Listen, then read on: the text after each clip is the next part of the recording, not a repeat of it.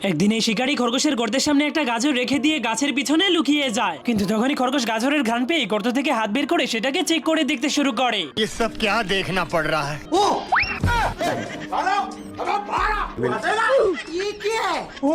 साले को छोड़ूंगा नहीं। बाहर निकाल। কিন্তু তখনই অন্য একটা গর্ত থেকে খরগোশটা বের হয়ে এসে শিকারীকে জিজ্ঞেস করে, তুমি কি খুঁজতেছো? তখন বলদ শিকারী তাকে বলে, তোমার মতো লম্বা লম্বা কান এবং লেজওয়ালা একটা খরগোশকে খুঁজতেছি। যা শোনার পরেই খরগোশটা ভয় পেয়ে পালিয়ে যায়। তুমি কি পাগল হইলে না মাথা খারাপ? এরপর শিকারী আবারও খরগোশটাকে খুঁজতে শুরু করলে পিছন থেকে খরগোশটা এসে তার চোখ আটকে দেয়। पीछे देखो पीछे। मुझे कुछ दिखाई नहीं दे रहा माँ। কিন্তু তখনই খরগোশটা শিকারীর কথায় রাজি হয়ে গুলি খাওয়ার জন্য দাঁড়িয়ে পড়ে।